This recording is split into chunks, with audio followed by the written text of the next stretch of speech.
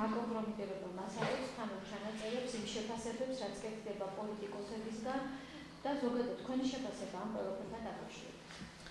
მოგესალმებით, მადლობა იმისთვის, რომ დამიძახეთ და გაინტერესებთ ჩემი მოსაზრებები.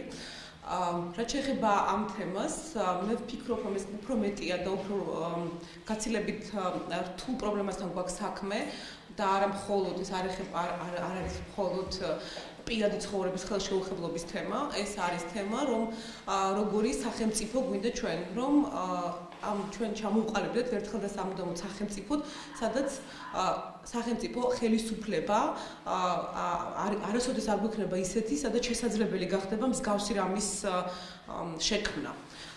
იმიტომ რომ თქვენ ხართ ჟურნალისტები და თქვენ სულ მაქსიმუმ ვიყოთ ფრთხილად მეტი, იმიტომ რომ თქვენ ხართ ჟურნალისტები, თქვენ თუ მოიპოვებთ რაღაც ინფორმაციას, თქვენ შეიძლება არ ხართ ყვითელი ჟურნალისტები, მაგრამ ყვითელი ჟურნალისტიკა არსებობდა და იარსებებს და თუ ვინმე საინტერესებს საჯარო პირის პირადი ცხოვრება და თუ ამას მოიპოვებს ჟურნალისტი და თუ ის ტესტი, რომ რამდენად საჯაროა ეს პირი, რამდენად არის საჯარო ინტერესი და რამდენად შეიძლება მას ეს ინფორმაცია მოეპოვებინა დადებითად შეფასდა, ამის უფლება ჟურნალისტებს გაქვთ, მაგრამ აქ არის გაცილებით რთულ თემაზე ვსაუბრობთ. ეს შეიძლება ვიმსჯელოთ, ხვდებით, მორალურ აქვს ჟურნალისტს ამის უფლება თუ არ აქვს. აქამდე არ უნდა დავიყვანოთ ეს. თავარი პრობლემაა, მე რასაც ვხედავ და პრინციპში საზოგადოებამ უფრო მეტად გასცა პასუხი ამ მოვლენებს და არა პოლიტიკურმა სპექტრმა, არა პარლამენტმა, როდესაც თქვა, რომ ჩვენ არ გვინდა და ჩვენთვის მიუღებელია ასეთი ფორმით პოლიტიკური ბრძოლა.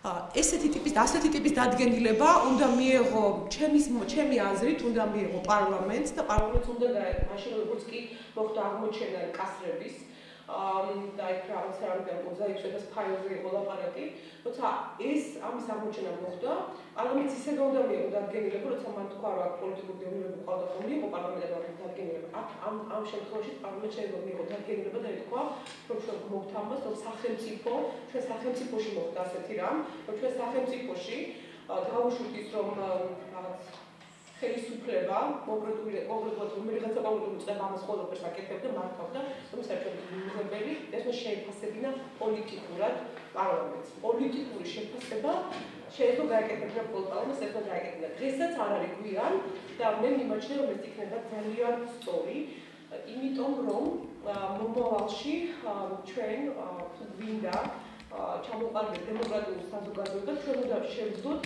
და ვისწავლოთ შემოვლენების შეფასება. მეტნაკლებად ობიექტური. ყველაფერს თავისი სახელი გააქვს. ჩვენ გვიჭირს შეფასება, ჩვენ ვერ შევაფასებთ ის რაც მოხდა. ვერ გამსახურდია ხელისუფლების ხელისუფლება შევაფასებთ რა მოხდა. ვერ ვლაპარაკობთ იმაზე, რაც როგორ ვთქვათ, ვერც ან ცუდი ან კარგია, მაგრამ ვერ ვლაპარაკობთ იმაზე, რა იყო შევარდნაძის ხელისუფლებაზე, იყო მხოლოდ კორუფცია თუ იყო სხვა რაღაც გაკეთდა თუ არ გაკეთდა. და ისევე, როდესაც დღეს ვლაპარაკობთ, ვლაპარაკობთ ამ 9 წელიწადზე, ანუ ყურადღებული 9 წელიწადი. დიახ, ჩვენ უნდა ვისწავლოთ და ყველაფერს თავისი სახელი დავარქვათ, რთულია ამის აღიარება, რომ ჩვენ დაგვემართ ესეთი რამე, რომ ჩვენი უწყების მიერ მოხდა დამონტაჟება თვალთვალი, ასეთი ტოტალური კონტროლი, რაც ძალადობა არის პრაქტიკულად, მაგრამ უნდა ვისწავლოთ ყველაფერს თავისი სახელი დავარქვათ და როცა შევაფასებთ და ვიტყვით რა მოხდა, მე ვიტყვით რომ ეს არ გვინდა და მე უფრო მეტი შანსი გვაქვს რომ მსგავსი რამ არ განმეორდეს. ეს დიახ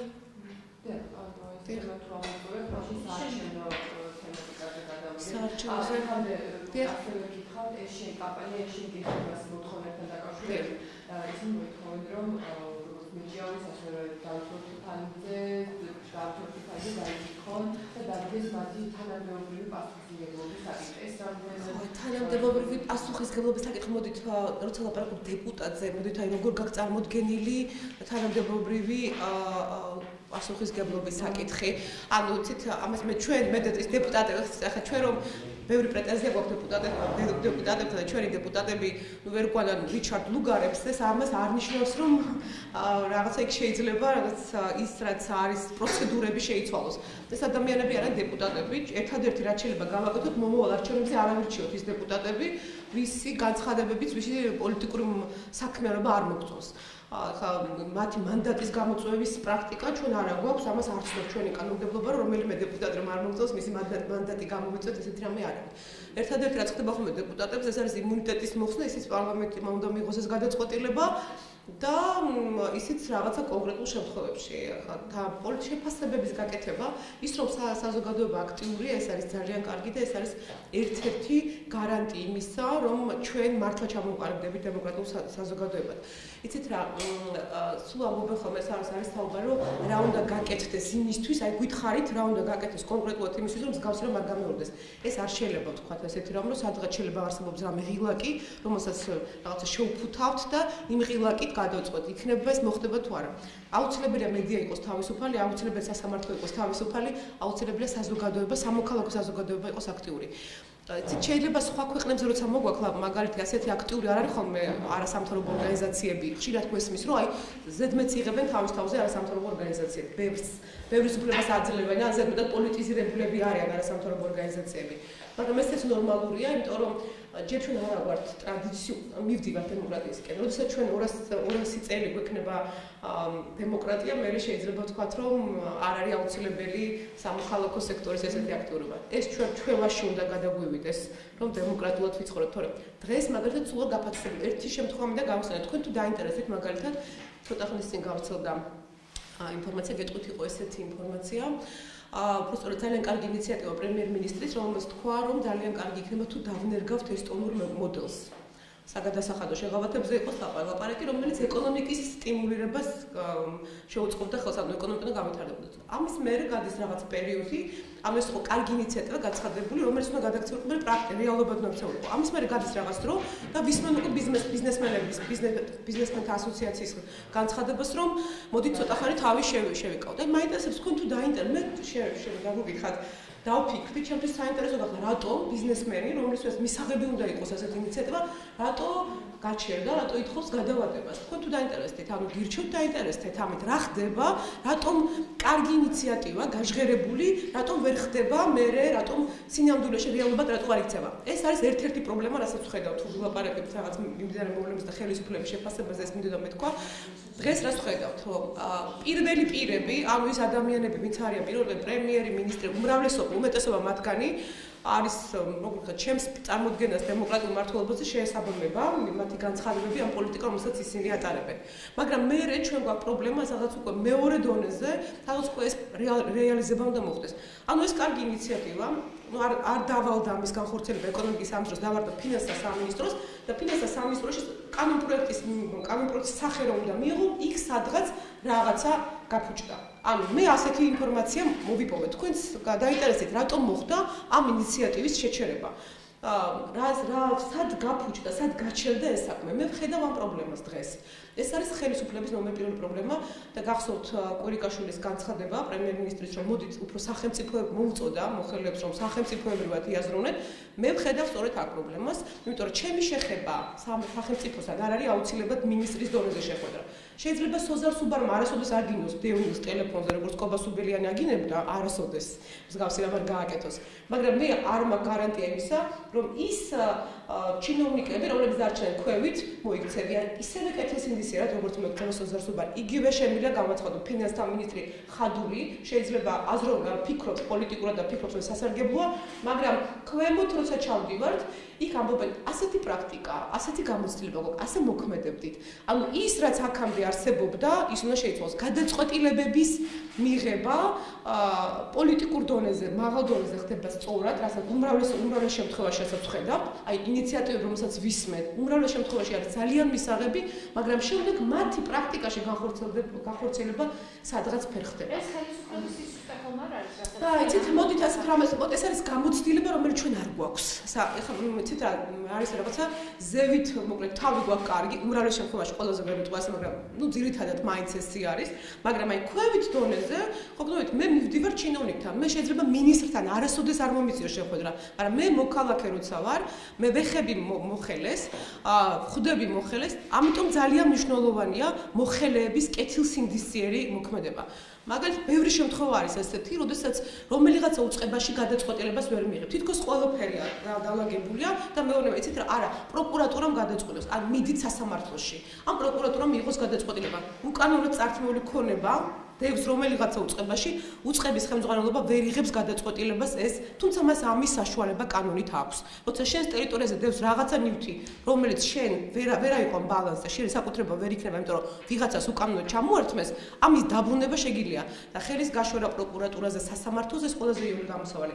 ასეთ ფაქტებს ვაწყდებ. ეს რაცაც ვხედავთ რა პრობლემას დღეს ყველაზე მთავარი პრობლემა რაც აქვს დღეს ხელისუფლებას.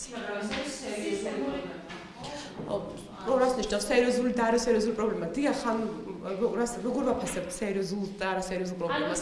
ჩვენ ახლა ვაპარაკობთ სერიოზულ თემებზე. ახლა იყოს რაღაც პრობლემა, მაგრამ არ იყოს ისეთი რაღაც მნიშვნელოვანი ძალიან ხელშემშლელი იყოს, მაგრამ ეს არის ერთ-ერთი მისი მნიშვნელოვანი რაც მოითხოვება იგივე ხელისუფლებას. არა, მე ვაპარაკობ ხო, მე თვითონ კი, სწორედ ამას ვამბობ, ჩვენ ვაპარაკობთ აქ ძალიან სერიოზულ თემებზე. ხა ჩვენ რასაც ვამბობთ აქ სერიოზული თემა და მე ვამბობ იმას რაც კი, პრობლემას ეს არის გამოსასწორებელი. ანუ დღეს ერთი პრობლემა ის რომ მოიხსნა, ანუ დღეს უმრავლესობა მათგანზე, ვინც არის ხელისუფლებაში, პრემიერ-მინისტრი, მინისტრები, აღმასრულებელ ხელისუფლებაზე ვაპარაკობ, თუნდაც იგივე საკანონმდებლო ხელისუფლებაზე, პარლამენტის თავმჯდომარის განცხადებებზე, ხო? ან პოლიტიკაზე, მათ მიმართ პრეტენზიები არ არსებობს პრაქტიკულად. უმრავლეს შემთხვევაში არ არსებობს. ყველა თითქმის მათი განცხადება შეესაბამება ევროპულ სტანდარტებს. მაგრამ რეალიზება, აი როცა ეს უკვე უნდა განხორციელდეს, როცა ეს უკვე საქმეთ უნდა იქცეს, იქ ვაწყდებით პრობლემებს. იქ უფრო მეტი პრობლემა გვაქვს დღეს. ამიტომ ძალიან მნიშვნელოვანი რეფორმა, რომელიც ტარდება საჯარო სამსახურის შესახებ და ალბათ როგორც პრემიერმა მოუწოდა ყველას უფრო მეტი სახელმწიფოებრივი აზროვნება. იმიტომ რომ იყოს ესე, როგორც იყო, მოდით მე არ მომეკითხება, მოკლედ არ ვიცი არჩევნებამდე რა იქნება, ვინ იქნება ხელისუფლებაში, ვინ არა, მოდით მე თავს არ აბიტკიებ. ესეთი რაღაცებს ვაწყდებით ხოლმე. ამას ვხედავ ერთ-ერთ პრობლემად, რომელსაც აი ხელშესახებია დღეს. შეიძლება საარჩევნო თემატიკას არჩევნო საკითხებს ჩვენ ახლის წინ გავცელოთ ინფორმაცია, რომ შესაძლოა დატოვოს რესპუბლიკურმა პარტიამ ქართული ოცნება.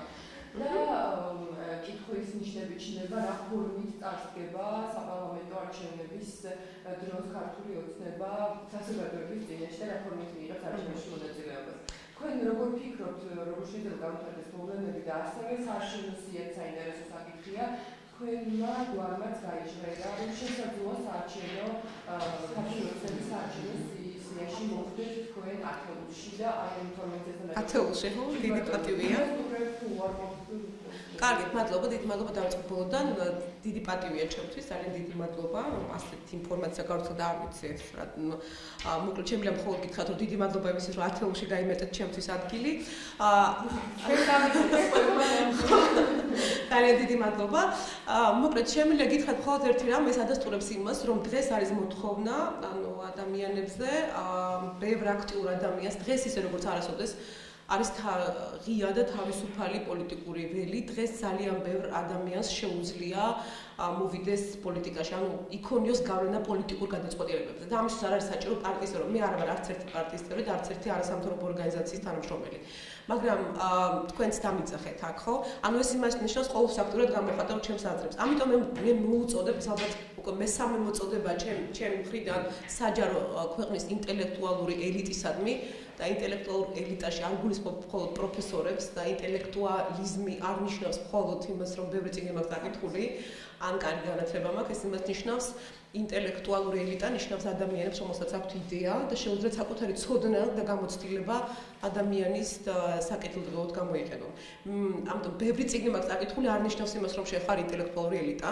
ინტელექტუალური ელიტა არის ის ადამიანები, თქვენ შეიძლება იყოთ მათ შორის, ვისაც შეგიძლიათ თქვენი ცოდნა და გამოცდილება ადამიანის და ქვეყნის ასაკეთოდ გამოიყენოთ. ამიტომ დღეს იგივე ეს ფაქტი, რომ რაღაც გაიჟღერა ჩემმა გვარმა, ადასტურებს კიდევ ერთხელ იმას, რომ აქტიურ ადამიანებს დღეს აქვთ ყველაზე მეტი შანსი მიიღონ მონაწილეობა პოლიტიკური გადაწყვეტილების მიღების პროცესში. ეს ამას ადასტურებს. და ამიტომ მე მოვუწოდებდი. არა, ნამდვილად არა, ამას არ დაგიმალავდით, რომ ეხლა ვინმე დამიძახოს და მითხრა შემომთავაზოს, ამას არ დაგიმალავთ, არასოდეს დამიმალავს თქვენთვის რამე და არ დაგიმალავთ მსგავს რამეს, მაგრამ ეს ამას ადასტურებს. და ეს არის ჯანსაღი პროცესი, როდესაც აქტიურ ადამიანებს რაღაცა ეძახიან ან არის მოლოდინი და კიდევ ერთხელ დიდი მადლობა იმისთვის, რომ ასე დამაფასეთ. ეხლა კითხვა იყო, რა შეიძლება მოხდეს საარჩევნოდ. როგორი კოალიციები შეიძლება ვნახოთ. ეხლა ორი კვირის წინ იმას რომ მეკითხა ჩემთვის რა შეიძლება იყოს, როგორი შეიძლება პროგნოზირება გავაკეთოთ, მაგალითად ნაციონალურ მოძრაობას, რამ ხელა შეიძლება გქონდეს რეიტინგი, მე ვიტყოდი 20-დან 25%-ს აიღებს მეთქი, ვიტყოდი ამას. დღეს აი ბოლო 2 დღის განცხადებებს რო ვუყურებ, აი როცა გაკეთდა განცხადებები ვიზა ლიბერალიზაციასთან დაკავშირებით და მოდით ჯერ არჩევნები და მერე მოვითხოვოთ მერე, აი ეს რაღაცა ისეთი შეფასებები კეთდება ნაციონალური მოძრაობის ასე ვთქვათ ლიდერების მხრიდან, რომ სიმართლე გითხრათ, მე დღეს შემიძლია თქვა, რომ ისინი კარგავენ ერთ-ერთ რაღაც დიდ სპექტრს საკუთარი ამორჩევნეს, იმიტომ რომ ეს მათი ასე ვთქვათ ის თავი ტოტი იყო, რაზეც ისხდნენ ეს ევროპასთან ასოცირება, ევროპასთან ინტეგრაცია. და ეს განცხადებები, რაც მათი ლიდერების მხრიდან კეთდება, აი პრაქტიკულად მათ უთხრამთ და დღეს გითხრათ, შემიძლია ვთქვა, რომ აი 10-12% თუ აიღეს, თუ ასე გააგრძელეს, ასეთი ვორდინგი, ასეთი განცხადებები თუ აკეთეს, მე გაუჭირდებათ მათ. ამიტომ მე შეიძლება რაღაცა კოალიციებზე იყოს საუბარი. ამ კოალიციებში ვის მოუნდება მათთან ერთად ყოფნა, ესეთ გასაგებია. ანუ დღეს იმის პროგნოზირება ძალიან რთული, ამიტომ დღეს მე ასე ვფიქრობ, რომ სიებზეც ლაპარაკი ძალიან ადრეა. მე ჩემი მოსაზრებით სიებიც ალბათ ბოლო 2 თვით, აი 2 თვე რომ დარჩება არჩევნებამდე მაშინ გავიგებთ, ან როცა უკვე რაღაცა სიები უნდა წარადგინონ, ასე მგონია. იგივე როგორი კოალიციები შეიძლება შეიქმნას, ესეც ძალიან ადრევე, ძალიან არაპროგნოზირება და სრულად წარმოუდგენელ რაღაცებს ხედავთ. ხა ვინმე იფიქრებდა, რომ როგორ შეიძლება ნაციონალური მოძრაობა, რომელიც მთელ აქცენტს აკეთებს დასავლეთთან ინტეგრაციაზე, ამბობს იმას, რომ მოდით ჯერ არ გვინდა ვიზა ლიბერალიზაცია, ჯერ არჩევნები და მერე ვნახოთ, გვინდა თუ არა ვიზა, მერე მოვითხოვოთ ვიზა ლიბერალიზაცია, როგორ ჩატარდება არჩევნები. მსგავსი განცხადებები და ხოლმე აი ძალიან რადიკალური ოპოზიცია გვახსოვს, რომელიც ძალიან აკრიტიკებდა ნაციონალურ მოძრაობას. მათაც არ გაუკეთებთ ასეთი განცხადება, რომ მეც ვიყავი ოპოზიციაში, არასოდეს მithქვამს, რომ მიუხედავად იმისა, რომ არის ადამიანის უფლებები ილახება, მოდით არ გვინდა ნატოსთან ინტეგრაცია, არასოდეს გამიკეთება მე პირადად ეგეთი განცხადება. განცხადება სამსახურო პარტიის რა შეფასებას მისცემს? მე ხო ჩემთვის თავარი არის ჩვენ როგორი რეაქცია გვექნება ამაზე და ოფიციალური გადაწყვეტილებები რა იქნება. ოფიციალური გადაწყვეტილებები და მაღალი პირების გადაწყვეტილებები, რაც ოფიციალური საჯარო ინფორმაციები არის, ოფიციალური პირების, იქ ჩვენ ხედავთ, რომ ჩვენ ვასრულებთ იმ ვალდებულებებს თანმიმდევრობით, რომელიც უნდა შევასრულოთ თუ გვინდა რომ ვიზა ლიბერალიზაციის პროცესი დასრულდეს წარმატებით. ჩემთვის ეს არის, ანუ როგორც ოფიციალური დოკუმენტი როგორ ხდება, ეს თუ შევასრულე, ეს თუ შევასრულე, ხომ ჩამოთვლილია, ხომ გინახავთ ის დიდი დოკუმენტი ასოცირებს რამხელა იქ ყველა პუნქტია გაწერილი. იქ ამას ვასრულებთ. ეს შევასრულეთ. ანუ სადაც არ შესრულება, ისიც უნდა მივიყვანოთ ბოლომდე. ეს არის მთავარი. ამიტომ რაც შეეხება თვითონ თქვენ თქვით რასიზმს რესპუბლიკური პარტია. ესეც სხვათა შორის არ არის ცუდი გამოწვევა, მე არ ვიცი როგორი კოალიციები შეიქმნება, მაგრამ აი უკვე წინა არჩევნებთან შედარებით მე იმედი მაქვს, რომ ამ არჩევნებზე იქნება უფრო იდეოლოგიური კოალიციები. აი ხა ჩვენ მაგალითად გვაქვს აი უფრო ხშირი იყო რომ ერთი პარტიიდან მეორეში გადადის მერე, იმიტომ სხვა ტიპის ბრძოლა არ იყო უფრო პოლიტიკური ბრძოლა, უფრო არ იყო ისეთი პოლიტიკური ბრძოლა, რომელსაც ჩვენ მიჩვეული ვარ და გვინდა რომ იმდენ დასავლეთში როგორც არის. აი მაგალითად დღეს შემიძლია ვთქვა, რესპუბლიკური პარტია არის პარტია, რომელსაც აქვს დიდი გამოცდილება და ის კონკრეტული მიმართულებით არის. ანუ მას აქვს თავისი რაღაცა კონკრეტული შეხედულებები. თუმცა იყო ძალიან ხშირად სხვადასხვა დროს სხვადასხვა კოალიციებში სადაც შეიძლება ისეთი რესპუბლიკანო ის იდეები, რომელსაც ისინი იზიარებენ, არის ანუ როგორ გითხარით, ახლა ხო არის ლიბერალური პარტია, ხო, მაგრამ იყვნენ კოალიციაში კონსერვატიულ პარტიასთან. მსგავსი მე არ ვიცი, თუ ჩვენ მივალთ იქამდე, რომ ეს კოალიციები უფრო იდეოლოგიურად ერთმანეთთან ახლოს მდგარ პარტიებს შორის განხორციელდება, შედგება ქვეყნისთვის და ჩვენთვის უფრო სასარგებლოა. ანუ შეიძლება ოდესმე ვერ მივიდეთ იქამდე რომ დემოკრატები და რესპუბლიკელები ყავდეს მხოლოდ როგორც არის და მაგალითად ამერიკაში, მაგრამ რაღაცა ჩამოყალიბდებით ალბათ უფრო იქეთკენ რომ იდეოლოგიური პარტიები გვექნება. რამდენიმე პარტია მახსენდება ესეთი, რომლებიც აი თავიანთ რაღაცა პოზიციებს ასე რაღაცა წლების განმავლობაში მოაქვთ. ხა მათი რეიტინგი დღეს როგორია ეს ისეთი თემა არის, რაღაცა რესპუბლიკელები იქნება, მემარჯვენეები იქნება თუ ვიღაცა ვინც ესე გამოკვეთილად რაღაც იდეოლოგიის მატარებელი პარტიები იყვნენ, მაგრამ მგონია რომ ამ ეტაპზე უფრო მეტი შესაძლებლობაა რომ კოალიციები სწორედ იდეოლოგიის გარშემო შეიქმნას და არა ერთი ყოველას წინა, ანუ და არა ერთი კოალიცია ვიღაცის წინააღმდეგ. ხო, ჩვენ ესეთი გამოცდილება უფრო გვაქვს, რომ ვიღაცის წინააღმდეგ უფრო იკრებებოდა რაღაც კოალიციები და არა რაღაცა იდეისთვის.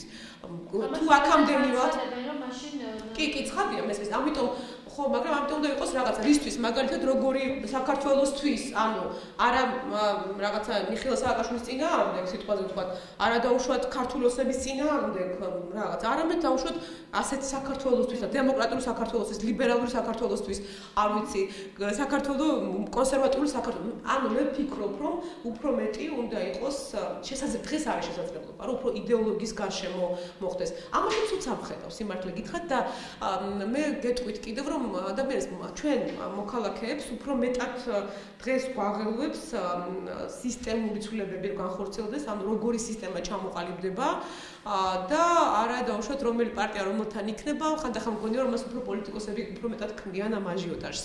მთავარია საარჩევნო სისტემა იყოს გამართული, მთავარია სასამართლო, ცოტა ხნის წინ ძალიან დიდი ხმაური ხომ სასამართლოზე და აი მე ის გვაქვს მე მინელდა. აი დღეს რამე შეიცვალა სასამართლოში? რა ხდება იმ პროცესებზე? გახსოვთ ცოტა ხნის წინ რომ ყველა მაგაზე ვლაპარაკობდით. აი ეს გვაქვს ეს ჩვევია, რომ აი რაღაცა თემა აგორდება, მე ყველა ამაზე ვლაპარაკობთ, მაგრამ რატომ ხდება იცით ამაზე სულ ფიქრობ, აი ჩაქოლისთვის დათვალ. ცოტა ხნის წინ თქვენ კოლეგებს დაემართათ ეს ინტერპრეს ნიუსის წინააღმდეგ, რომ ამხედრდა მთელი მედია მე მგონია რომ ჩვენ მაინც პოსტსაბჭოთა ქვეყანა რო ვართ ინდივიდუალიზმი გვაკლია. ანუ თუ ერთი ისვის თქვა, ჩვენც მზად ვართ ვისროლოთ თქვა. აი მე როგორ ვთქვათ ეს გვაქვს რომ აი უფრო თუ ვიღაცა იტყვის რაღაცაზე კარგია, მაშინ უფრო გვიაჯულდება ვთქვათ რომ ჩვენ კარგია. თუ ვიღაცა იტყვის ეს ქალი ცუდია, მე მივდივარ და მზად ვართ ყველამ ჩავქოლოთ. ამიტომ ესეც არის ერთ-ერთი პრობლემა. შემოთავაზების შემთხვევაში თუ არის ჩვენთან კონსულტაციები არ გაწევია, თუმცა არის ნამდვილად ხო. შეიძლება კონსულტაციები ალბათ მიდის იმ პარტიაში ვიღაცა ეს არა, ჩემთან პირადად არა, მე რო მეტყვი რომ ვიღაცამ კონსულტაციას თუ მაგაზე ძახით რომ ვიღაცამ დამიძახა ქართული ოცნებიდან, ან რომელიმე სხვა პარტიიდან და მითხრა ან კოალიციიდან მითხრა რომ შენ ამ ნომრად ჩაწერ, მსგავსი რამ არ ყოფილა. არ დაგიმალავდით ნამდვილად ახლა, მსგავსი რამ არ ყოფილა. ასე რომ მაგრამ ის რომ კონსულტაციები ვიღაცებთან მიდის ამ პარტია უნდა ფიქრობდეს თუ არ ფიქრობენ ამაზე თუ არ აქვს კონსულტაცია ეს არის ძალიან ცუდი იმიტომ რომ ისინი და ფიქრობდნენ ტესტავდნენ ადამიანებს ესაუბრებოდნენ უნდა სხვადასხვა პირებს ეძებდნენ მოლაპარაკებებს მართავდნენ ეს იქნება სწორი ამას უნდა აკეთებდნენ გეტყვით აუცილებლად ამას არ დაგიმალავთ იმიტომ რომ არ დაგიმალავთ ამ ნამდვილად არასოდეს დამიმალავს თქვენთვის რა მსგავსი რამ და არც ახლა დაგიმალავთ თუ მსგავსი რამე იქნება ნამდვილად